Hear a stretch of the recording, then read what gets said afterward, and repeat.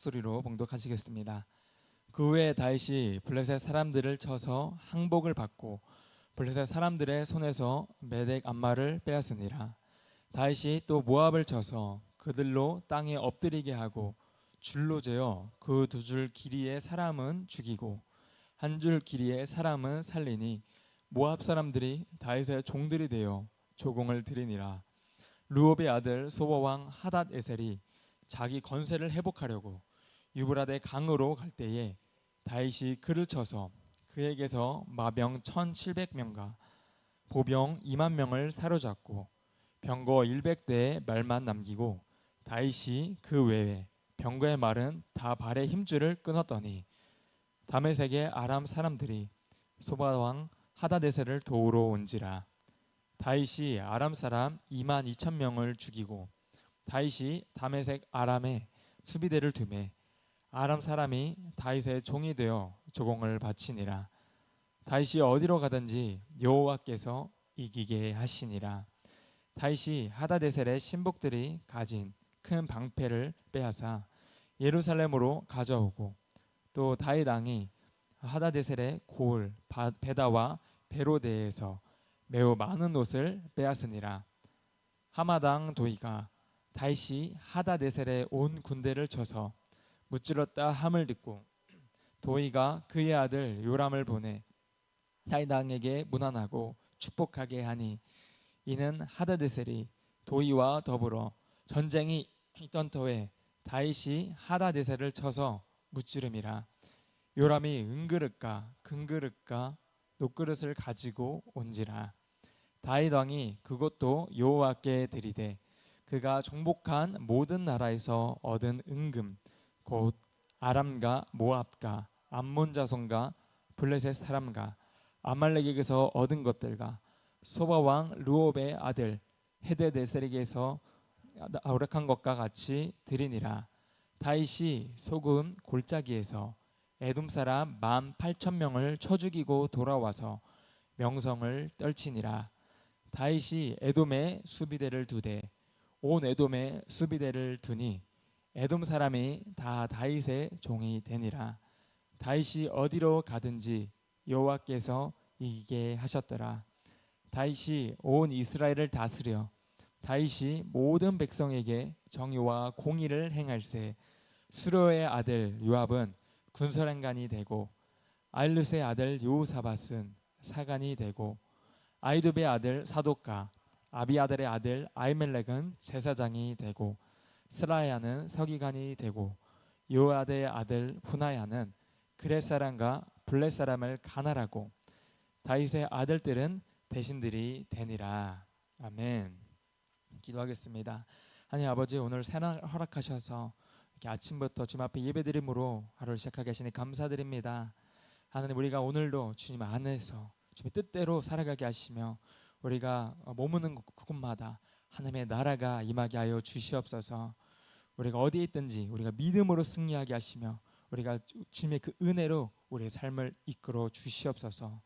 오늘도 우리 함께 하실 줄 믿사오며 예수님의 이름으로 기도드립니다. 아멘.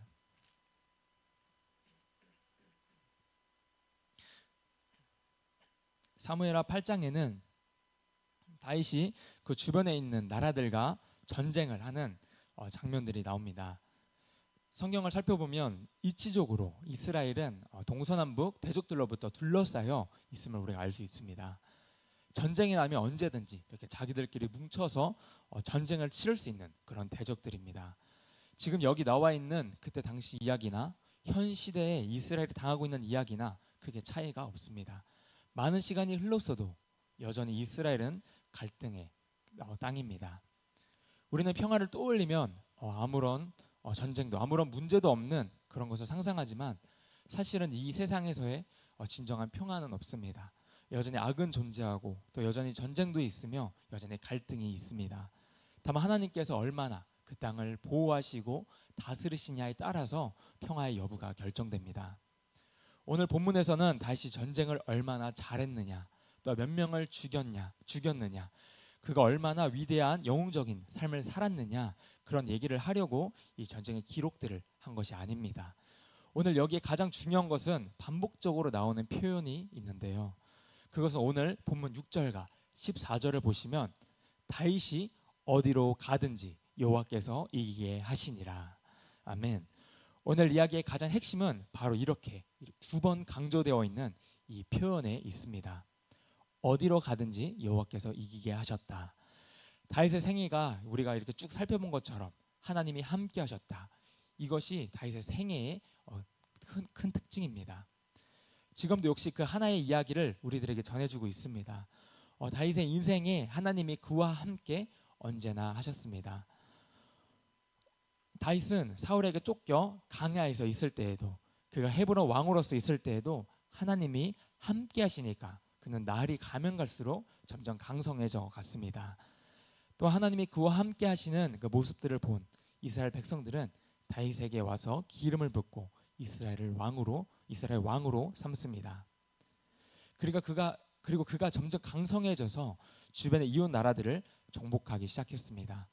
그런데 오늘 이 이야기를 우리가 읽으면서 꼭 잊지 말아야 될 것은 다윗이 제국처럼 정복 전쟁을 한 것이 아닙니다. 우리는 볼 때 이 다윗이 잔인하게 이웃 나라를 못 살게 굴고 또 이웃 나라를 쳐서 이렇게 수많은 사람들을 죽이는 모습들을 보면서 어떻게 이런 끔찍하고 잔인한 일을 행할 수 있는가, 우리가 이런 관점에서 볼 것이 아닙니다. 만약 다윗이 그 나라들을 정복하지 않았다면 되려 이스라엘이 정복을 당할 수 있는 그런 상황이었습니다. 지금처럼 이렇게 평화 조약을 맺고 또 주변 국가들의 힘을 누그러뜨리지 않았다면 오히려 이스라엘에게는 더 큰 위험이 되었을 것입니다. 그러한 정복 시대 가운데 다윗은 어떻게 살아남았느냐? 결국 하나님께서 그 전쟁의 한복판에 이스라엘 민족을 밀어넣으시고 그 살아남는 가정 가운데 너희들이 나를 얼마나 의지하느냐, 이 주변의 적들로 둘러싸이는 한가운데서 너희들이 나를 얼마나 신뢰하고 나를 바라보고 사느냐 하는 것이 바로 오늘 우리가 살펴볼 내용입니다. 다윗이 어떻게 하나님을 의지하면서 또 하나님의 나라가 예루살렘을 중심으로 서갈 수 있는지를 우리가 볼 수 있는데요. 다윗이 이스라엘의 평화를 얻기까지 결코 쉬운 전쟁을 한 것이 아닙니다. 우리가 본문의 내용만 이렇게 쭉 놓고 보면 다윗은 백전백승, 그냥 싸우기만 하면 이겼네. 역시 하나님이 다윗과 함께 하시니까 이렇게 그냥 쉽게 이기는구나. 그렇게 생각해서는 안 됩니다. 다윗이 쓴 시편 60편을 우리가 보시면요, 그때 전쟁이 결국 쉽지 않았다는 것을 잘 보여줍니다. 이 시편 60편을 쓸 때가 언젠가 보시면 그 성경에 이렇게 설명이 나와 있잖아요. 거기 설명이 이렇게 나와 있습니다. 제가 읽어드릴게요. 다윗이 아람 나하라임과 아람 소바와 싸우는 중에 요압이 돌아와 에돔을 소돔 골짜기에 쳐서 1만 2천 명을 죽인 때에, 이때가 바로 우리가 지금 읽은 바로 그때의 이야기입니다. 이웃 나라들이 힘을 합쳐서 다윗을 없애려고 하는데요, 동시에 지금 블레셋과의 전쟁을 끝내자마자 또 다른 이웃에 있는 나라들이 힘을 합쳐서 이스라엘을 쳐들어옵니다. 또 이를 동시에 대항해야 되는 정말 어려운 상황이었습니다. 한 나라도 상대하기가 어려운데 주변에 적들로부터 둘러싸여 있을 때 이렇게 군대를 나누어서 싸움을 싸우는 그러한 이 불리한 상황 가운데 이 시편이 쓰여진 것입니다.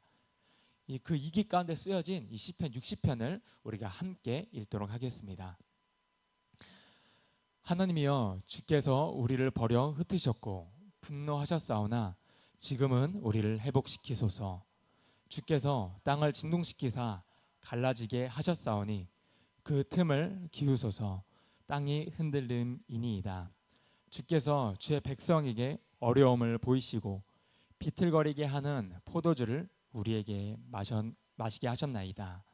주를 경외하는 자에게 깃발을 주시고 진리를 위하여 달게 하셨나이다. 셀라. 주께서 사랑하시는 자를 건지시기 위하여 주의 오른손으로 구원하시고 응답하소서. 하나님이 그의 거룩하심으로 말씀하시되 내가 뛰놀리라. 내가 세겜을 나누며 숫고 골짜기를 측량하리라. 길르앗이 내 것이요 므낫세도 내 것이며 에브라임은 내 머리의 투구요 유다는 나의 귀이며 모압은 나의 목욕통이라. 에돔에는 나의 신발을 던지리라. 블레셋아 나로 말미암아 외치라 하셨도다. 누가 나를 이끌어 견고한 성에 들이며 누가 나를 에돔에 인도할까? 하나님이여 주께서 우리를 버리지 아니하셨나이까? 하나님이여 주께서 우리 군대와 함께 나아가지 아니하시나이다. 우리를 도와 대적을 치게 하소서. 사람의 구원은 헛됨이니이다. 우리가 하나님을 의지하고 용감하게 행하리니 그는 우리의 대적을 밟으실 이심이로다. 아멘. 이 시편을 보시면 다윗이 얼마나 위태로운지, 얼마나 위기 가운데 있는지 이 10절에 나온 10절을 다시 한번 보여주시면 이 10절에 나온 내용을 제가 다시 현대인의 성경으로 읽어드리도록 하겠습니다. 하나님이시여 주께서 정말 우리를 버리셨습니까? 이제는 주께서 우리 군대와 함께 나아가지 않을 작정이십니까? 네. 왜 이런 고백이 나왔을까요? 인간적으로도 수싸움에서도 정말 말도 안 되는 싸움이었거든요. 전쟁에서 패할 것 같은 그런 이기감에 놓여 있습니다.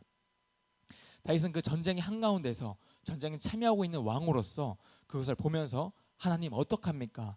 하나님이 우리와 함께 나아가지 않으십니까? 하나님이 저와 함께 하시는데 왜 이런 일들이 생깁니까? 이런 기도를 드리고 있습니다.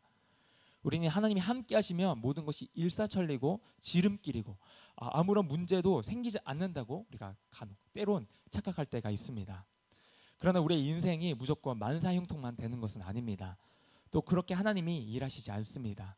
아무런 갈등도 없이 하나님은 일하시지 않습니다.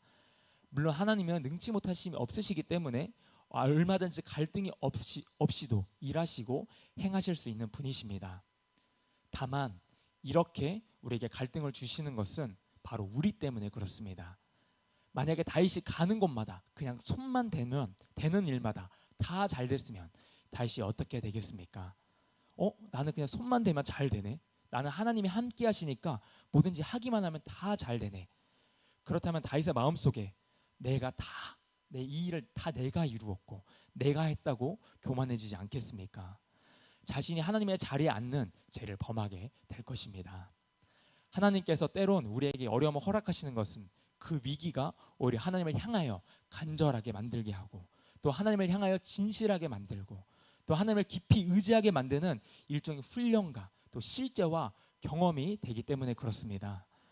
우리도 그렇지 않습니까? 우리가 기도한다고 기도의 모든 것이 다 그대로 일사천리로 내가 원하는 대로 다 되지는 않습니다. 어떨 때는 시간도 정말 많이 걸립니다.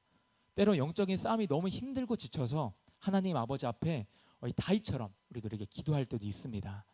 하나님, 제가 참 오랫동안 기도했고 열심히 기도했는데도 내 기도 제목이 응답되지 않는 것 같고 또 마음 왜 이렇게 답답하고 힘든지 주님, 저 정말 모르겠습니다. 하나님, 언제까지 기다려야겠습니까? 신앙은 이런 갈등의 연속입니다. 이런 갈등의 연속 속에서 하나님께서 우리와 함께 나아가지 않는 것처럼 느껴질 때, 그리고 하나님께서 우리를 돕지 않는 것처럼 느껴지는 그때에도 그럴 때에도 하나님은 여전히 우리와 함께 하십니다.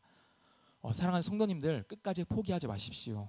그 갈망이, 그 갈급함이 우리의 영성이 되어서 하나님 아버지 앞에 그 간절함으로 들끓고 올라오기 시작할 때 우리의 기도가 살아서 움직이기 시작할 줄 믿습니다. 하나님 어찌합니까? 어떻게 해야겠습니까? 하나님 왜 그렇습니까? 라고 이렇게 하나님께 묻기 시작하는 그때가 바로 우리 안에 있는 그 영적인 야성이 깨어나면서 하나님을 향한 기도로 돌파가 되는 때인 줄 믿습니다. 하나님은 우리 인생들을 위하여 때로 어려움을 주시기도 하고 또 그런 어려움 가운데 아예 내버려 두시는 듯한 그런 방치해 두는 것처럼 느껴질 때도 있습니다. 그러나 그 어려운 상황 가운데서도 하나님의 역사하심을 우리가 직접 보게 하시며 경험하게 하십니다. 이게 가운데 경험해본 하나님의 그 도움을 얻고 나서야 사람들은 진짜 하나님이 나를 도우셨다고 얘기합니다. 정말 죽을 것 같은 그 상황 속에서 하나님이 도우시고 정말 하나님이 살아계신 것을 우리가 직접 몸으로 또 삶으로 또 눈으로 경험한 사람은 하나님이 도우셨다 고백할 수 있습니다. 내가 정말 그 밑바닥에서 하나님과 함께 씨름했는데 기도로 씨름하고 말씀으로 씨름할 때 그때 하나님이 내 마음을 붙드시고 하나님이 진짜 나와 함께 하시는구나, 하나님이 내 손을 꼭 붙잡고 나와 함께 하시는 하나님이 정말 나와 함께 싸워주고 계시구나, 그 고백이 바로 우리의 고백이 되기를 간절히 바랍니다. 기도하겠습니다.